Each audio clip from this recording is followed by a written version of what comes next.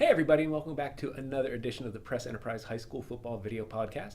I'm Press Enterprise Sports Editor Tim Hare, and I'm joined again by Assistant Editor Dan Reilly. Dan, thanks for being here, Tim. making the trek from your desk. Thank you for having me, as always. We're going to talk about a lot of things. We've got some big games this week. We're going to probably talk about food at some point.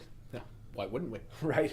The big game this week, we've got two big ones, but I think the real marquee matchup and a real measuring stick is Berwick going to Kingston to play Valley West. Yeah. Both teams are 5-2. What do you see from this game? I had a chance to talk to both coaches, did the preview for this game tomorrow. Boy, it'll be a tough task for Berwick to stop Sean Judge, Wyoming Valley West senior who's been there. Yeah, he might be. I saw him last year when Yeah. they played at Crispin, and he might be the best skill player in the Wyoming Valley. Yeah. Something like 1,200 all-purpose yards. They use him every way you can, Yeah. wisely. Yeah.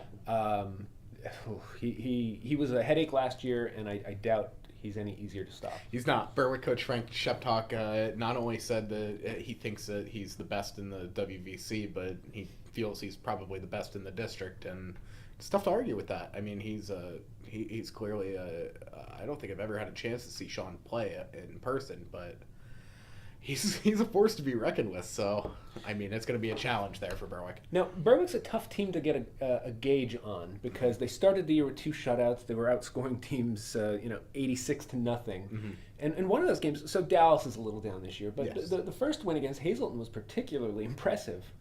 Then they went to that stretch where, they lost to Wyoming area, and I felt like you maybe had to recalibrate your expectations a little bit. Yeah.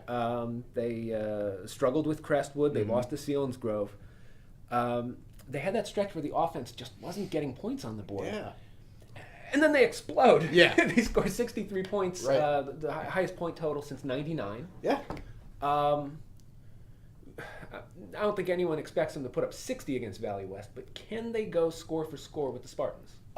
Yeah. I think they can. It's just a matter of, is it going to be that type of game? Berwick's defense, I think, is played probably the best defense out of any of the teams that we cover this season so far. I would agree with that. Yeah. I mean, they're right up there. So what you see is their defense sort of dictating the game a little bit? I think they almost have to. If they have any shot of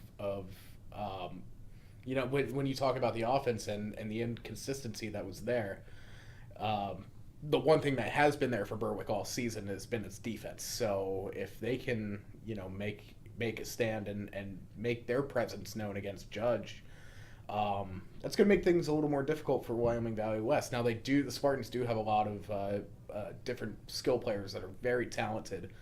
So they do a good job of spreading the ball. Yeah, they do, and just the way that they may have to adjust their game plan, we'll see how it goes. But it could be defense in this one. Now you get an interesting game. Mm-hmm. You're going to have Southern at Danville. Yep. Southern is coming off the Montoursville win. They've already clinched Heartland 2. One of only 2 undefeated teams in the district. Mm-hmm. Danville coming off a tough stretch. Yeah. 2 surprise losses. Mount Carmel always plays them tough, but they lost 2 weeks ago without Trent Hilkert to Mount Carmel. Yep. Bloomsburg's been struggling this year, and Danville only managed 7 points, lost in overtime last week. They get Hilkert back. Yep. Is that enough to jumpstart this offense? I think it's enough to jumpstart the offense, absolutely. Is it enough to beat Southern? I don't think so. I don't either. And that's not a slam on Danville. No, it's not. Not you at can't all. pick against Southern the way they're playing. No, and it'd almost be foolish of us to do so. I mean, but I think if Danville's at 100% and they have, not only do they have Hilkert back, they have Eric Sees back, Evan Hagenboo's back in the lineup.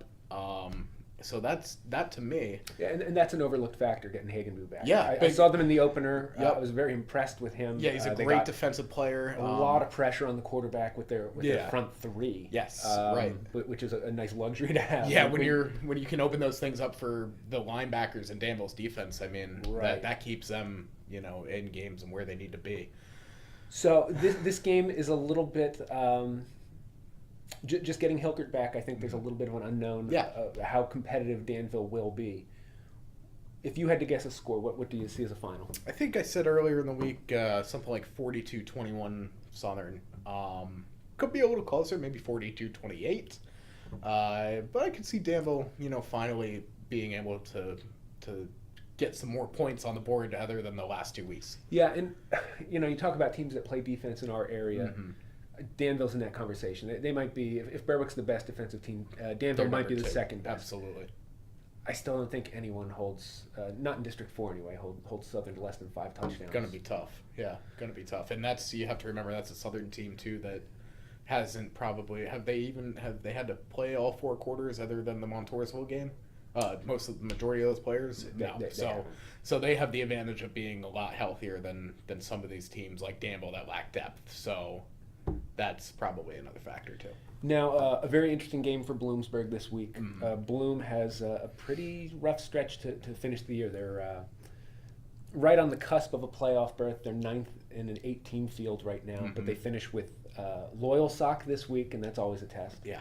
Southern, which we know, and the Central game, which, I mean, it's a one-score game every year. Yeah. How important is, because I think Bloom can beat Loyal Sock. I think they showed that by beating Hughesville. Yes. I mean, what does a potential win over Loyal Sock do for them, just playoff-wise? Well, I mean, that's huge. I mean, without a win against Sock, I don't think they have a chance of making playoffs. So yeah, clearly they can't go 0 for 3 over these last 2 weeks. No way. They have to win. They have to win tomorrow night in order to even consider themselves in the hunt. Yeah, so, I think a loss to Sock yeah, essentially knocks them out of the district conversation. Pretty much, always yeah. Eastern Conference. Yep. If they beat Sock, and if you're going to say that, Southern is most likely a loss, but if they can go 2-1 over these last 3 weeks, yeah, they're only 70 points behind Mount Carmel. They could leapfrog their way in. They could. But the linchpin is this Loyal Sock game. Yeah, it's a must-win.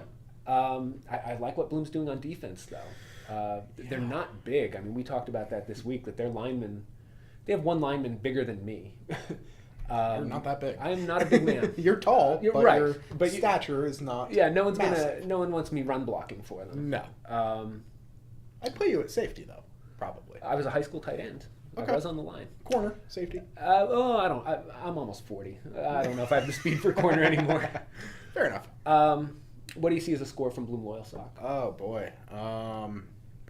Just judging how Bloom played last week, I had a chance to see the Panthers. I thought they played really well against South Williamsport, another tough team, as we know. South beat Sock. South beat Sock and took it to the wire. So it's Bloom's homecoming. Don't necessarily think that makes an impact. I'll go Sock 28, Bloom 14. Okay.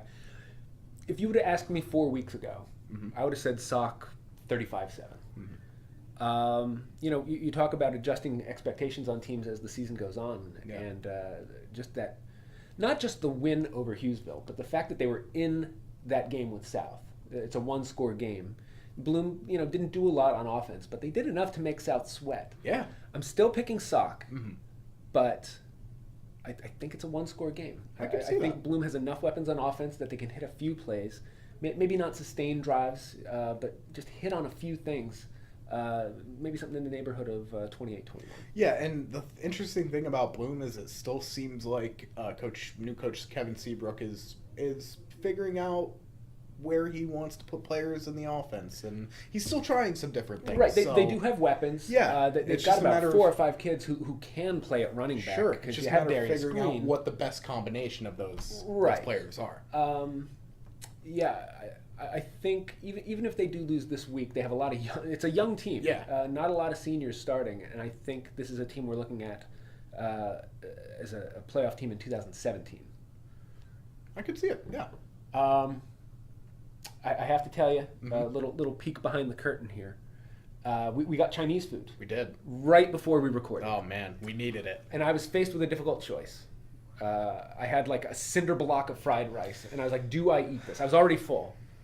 I ate it. You ate it. I ate the entire thing. It literally was like a cinder block, too. It was. And it's just, boom, just sitting in my stomach. Recording this is the most difficult thing I've ever had to do in my life. I can't believe that. I've had an easy life. You really have. Why didn't you stop me from eating the rice? Because you are a grown man who can make your own decisions. It was a bad decision. It was a not bad life not decision. your best decision. Anything you'd like to add about this week, football or otherwise? Man, it's I can't believe it's week 8 I already. know. How about that? I mean, We're talking playoffs. We're not jumping the gun. I feel like our sports department is so busy right now that we haven't even had time to sit back and evaluate. It's just, we're going, and next thing you know, the end of the regular season's going to be here. So Yep. It's been a lot of fun. It's just been pretty hectic, and we're doing what we do. I don't know how you feel about that, but We are doing what we do. yeah, we do what we do here. If you would like to see what we do, how about that for a segue? That was nice. Right? Yeah. If you'd like to see what we do, please go to pressenterpriseonline.com. The podcast is embedded on the website. We have tweets from our games. I will be covering two games tomorrow. Right. I've been doing this 15 years. I've never double dipped on a football Friday. I can't wait to see how this goes. It's going to be fun. It's going to be frantic. Yeah. Because then I have to read all the stories when I get back from Bloom. Yep. And lay out the section. Of course, lay out the section. Yeah. Correct. Yes. They're working me like a government mule. How else would you get your paper if this dude can't lay out the pages? I mean, I help too, but... Right. Yeah, you do your part. Yeah.